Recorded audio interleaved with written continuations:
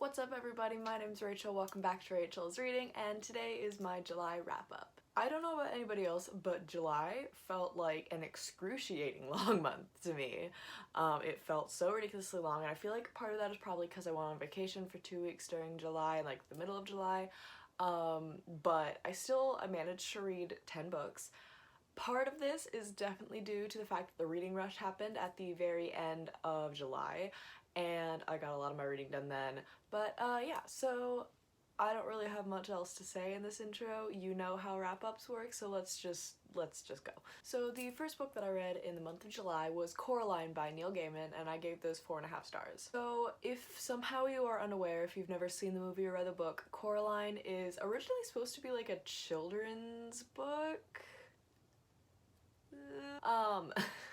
About this girl named Coraline who, it's during the summer and she's really bored, and so she goes kind of exploring in her house and she finds this door that when you open it, it just leads to a brick wall. But one day when she opens the door, it leads to a dark hallway, and when she goes down the hallway, she finds herself in this world that is exactly parallel to her own, except there's something a little bit wrong with it. A lot of the people are not really how they are in the real world, and it just starts to get very dark and sinister. I really liked this book. It was incredibly atmospheric. The way that the house was set up and just kind of this area was really kind of beautiful and dark and mysterious, and I really liked that. I thought it was interesting that the story comes from a child's perspective, and a lot of times I don't like it when books are told from a child's perspective just because I feel like I'm missing out on something. I really like Coraline's perspective. I think it was interesting because there was definitely something so like scary and wrong going on in this parallel universe that she kind of like, just her curiosity made it like less scary, I suppose. And I thought it was really cool that we were reading it from her perspective. I also really liked the audiobook. I listened to the audiobook on Scribd, and Neil Gaiman actually narrated it himself, and I always think that when the author narrates their own audiobook, it adds something a little bit more that maybe, you know, just a hired voice actor wouldn't be able to put into the book, because, you know, it's their own thing, it's their own creation. And the audiobook was really kind of creepy. There was a lot of like really scary music, and like if you've seen the movie or read the book, the rats were so weird.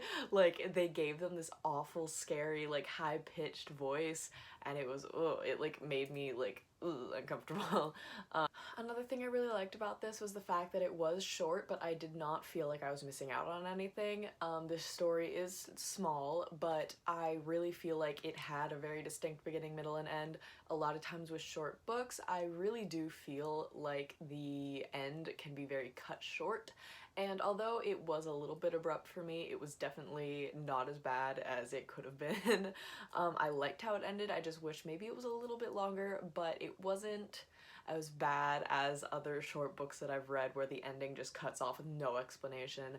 And yeah, overall I've really enjoyed this book, and I would definitely recommend it to anybody who enjoys kind of like soft horror stories, or if you really like the movie, it is very similar to the movie. So the next book that I read is The Hobbit by J.R.R. Tolkien, and I gave this book 5 stars. So basically, if you don't know, which I don't believe that you don't know, but anyway, this is about a hobbit named Bilbo Baggins, and he is a big homebody. He does not like to leave his hobbit cave thing. He is just perfectly fine being alone and not having any weird things happen to him. And then one day Gandalf and a group of dwarves come and knock on his door and say that they need his help for a quest that is basically to take back this kingdom from a dragon. So I loved this. This book is about their journey to the desolation of Smaug. Really, the action sort of part of it with, you know, taking back the kingdom and the dragon and all that doesn't happen till the very end. This is really just about their journey to get there. And I really love that. I understand, I know a lot of people think that this is boring, and I guess I could see where they're coming from, and not a lot happens, but to me, this book, I loved it so much because of how it made me feel. Even though I read it in like the middle of summer and it was hot out, I just felt like I was sitting like in the middle of winter when it's snowing outside, just like by the fire with a cup of hot chocolate. That's just how it made me feel. It made me feel warm and fuzzy, and I really, really love that about this. I think that this will probably be a theme with throughout all the Lord of the Rings books that I'm planning on reading, that they just make me feel very warm and fuzzy and happy. I was really happy that I ended up enjoying this because I really don't generally like slow fantasies. I like things to be happening, but I really didn't feel like this was the case with this. Like, I really enjoyed it. And I thought that the humor was like A-grade funny. Like, it was really amusing. I laughed a couple times, which I don't really do in books. Like, I'll just kind of like do the thing, you know, the thing. But like, I actually like laughed at this a couple times, and the action parts when they did come were really, really good. They were very engaging, and I really just loved the writing of this book. I was really a little bit scared because knowing that this is like a classic fantasy novel, I was worried that the writing was going to be very dense and difficult to get through. And while it was a little bit dense, I don't think it was dense in a bad way. The writing was very simple and clear, and I could understand exactly what was going on the entire time. And I think that the character development in this book is one of my favorite things because Bilbo's character undergoes a lot of development from the beginning to the end of the book. You know, he goes from this homebody to somebody that is out slaying dragons, but he never really loses who he is, and I think that that's really important. And I think that a lot of times, especially in fantasies, when characters develop, they end up really losing who they were at the beginning of the story, and that was definitely not the case with this, and I really liked it. Another cool thing about this is that it is told as like a story is being told to you, so Bilbo is not the narrator. It's kind of this omniscient third person like telling you the story, and every so often like the narrator would interrupt and kind of break the fourth wall for a second, and I think that that was really cool. It wasn't like overdone or anything, like I know a lot of books are when they use that trope, but I really, really enjoyed how this was told, and yeah, I loved it. This is one of my new favorites. I can't wait to read the rest of the Lord of the Rings series, and I really hope that I like it as much as I like this one. So, obviously, if I gave this book 5-star, whatever I read after that was not going to beat out The Hobbit, and that was There's Somebody Inside Your House by Stephanie Perkins, which I gave 2 stars. So basically, this story is, at least it was pitched to me as like a slasher kind of book that was supposed to be like a teen slasher movie. And it's about this girl named Makani who had just moved from Hawaii to this town in Nebraska, I think. And when she gets there, all of a sudden there appears like a serial killer that starts like brutally murdering kids from her high school. So I'm gonna start on a good note. I'm gonna talk about the things that I liked first. I thought that this was very engaging in the way that it was written. It was very, very quick. I was listening to it as an audiobook, and I honestly didn't really ever feel bored necessarily. I think that, you know, it was definitely a very easy read. Again, I was never confused about anything that was going on. If anything, it might have been a little bit oversimplistic. And another thing, this might be like weird to say, but I feel like the murders were written very well. It was definitely gory. That was not a lie when I was pitched to it. Like, it was definitely very gory. The murders were very gross. But it was definitely like those parts were very action-packed. But that's really all I have to say about the things that I liked about it. So let's move on to the things that I absolutely hated about it. So first of all, when I went into this, I thought that this was actually going to be like a murder mystery slasher thing. This was a contemporary with body horror. That's all it was.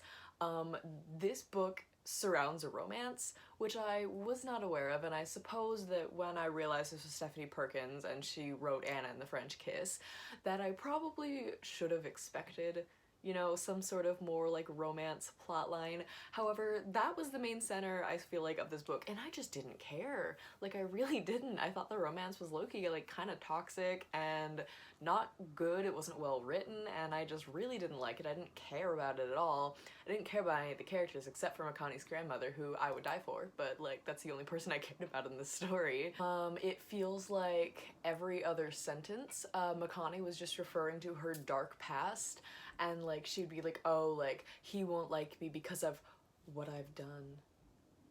And I was like, I don't care, like, which is like bad to say, but it was just thrown at you in every other sentence. She would just refer to it, and we didn't learn what it was until like 75% of the way through, and I was just like, by the end of it, I was so annoyed with this girl and this character, and like I don't care what she did at that point. And then when we did find out what she did, like, bitch, I know kids that do that on a casual Friday night. Like, stop. that was not worth the buildup of this entire book to find out like what you did that wasn't even like terrible. Like I expected her to be like a mass murderer and like another really annoying thing about this was the fact that the actual murderer was revealed really, really early. It was revealed like halfway through the book. And something that I really like about mysteries or horror or whatever is you want to be able to guess. You want to be able to try and figure out like what's going on and who's the killer and all this stuff, and it didn't give you enough room to do that. Not only did it like not give you enough room because so yeah, not only was it the fact that we didn't have any time to guess who the killer was because it was revealed so early, but also because when it was revealed, it was just this random guy that we'd like never heard about before. And I was like, if you want to make it like a good suspense novel, we should be familiar with the character. And I was just like, it was so out of the blue and I was so confused. And then the rest of the book was just them trying to like convict him. And I don't know, I was sorely disappointed. I was kind of bored. I just didn't care about any of the characters or like the murders or whatever was happening. So 2 stars, I wouldn't really recommend this. So the next book that I read is Tales from the Shadowhunter Academy by Cassandra Clare, which I gave 5 stars. So this is a short story collection focusing around Brother Zachariah and his adventures in this thing called the Shadow Market, which you need to read all of Cassandra Clare's books first to really grasp all of this and like avoid spoilers. So at this point you should know what a shadow market is, but basically it's like a market for downworlders, which is like werewolves and vampires and all that kind of stuff. And something that like I think the coolest thing about this is that it was going like through his life. Obviously because he's a silent brother, he has lived for a very, very long time. So this started I think maybe in like the 1700s and came up to present day. And so that really, I think, was really cool because it gave you this really broad spectrum of how shadow hunters have like evolved and how their society has evolved, and there were just so many different characters and I loved it so much. I'm a sucker for a Cassie Clare book. We all know this. Even if you're new here, like the character development in this was also really fantastic. I think that because you have this character who is really set over hundreds and hundreds of years, you really do get to see him develop, and I think that that was really, really good. You could really see him grow. And that made me really happy because not only with him, but like a lot of other characters who were present throughout this entire storyline, you got to see them grow and mature. And I thought it was really fantastic how it was done. My 2 favorite stories, I think one was called Every Exquisite Thing, and that is about like, that's one of the first stories, and it's like about queer girls in the 1700s, and it was absolutely fantastic.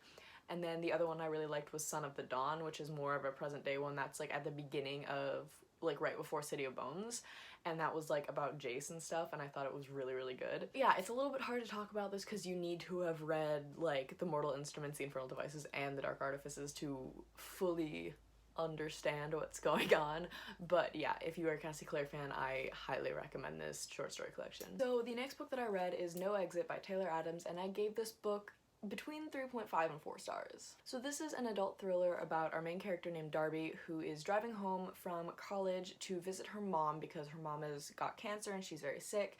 And so she's driving home and she gets stuck in this massive snowstorm, and she has to pull off to a rest stop until the snowstorm passes and until like snowplows can come through.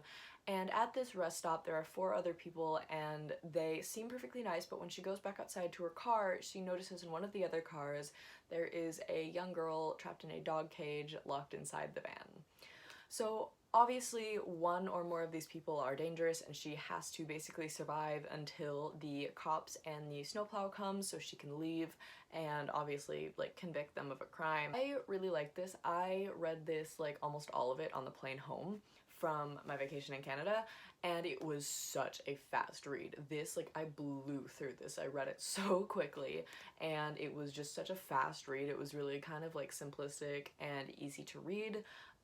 This was definitely very dark, obviously, like, just from the synopsis. There's, like, kidnapping, and so, like, it's very dark and very, very gory, especially towards the end, but I really did enjoy it. A couple things that I did not like, however, is, one, the fact that, so the young girl in the van, obviously they eventually get her out. This shouldn't be a spoiler.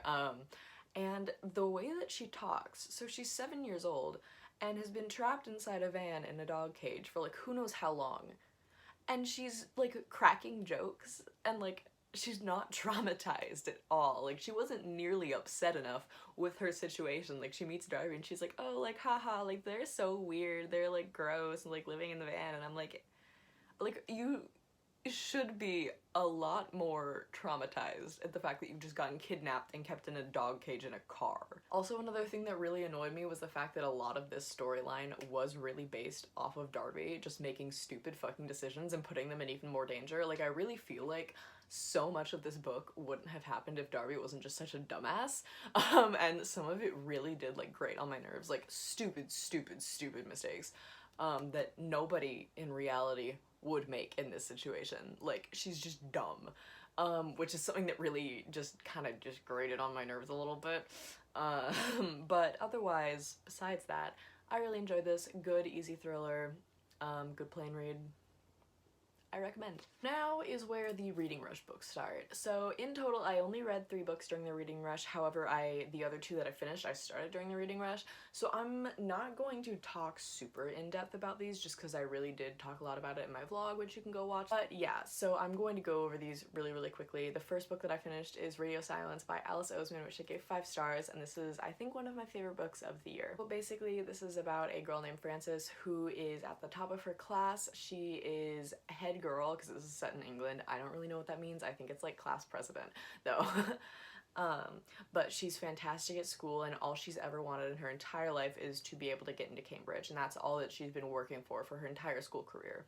She's also really obsessed with this podcast called University, and one thing leads to another, and the maker of University contacts her, and they ask her to be an artist for the show.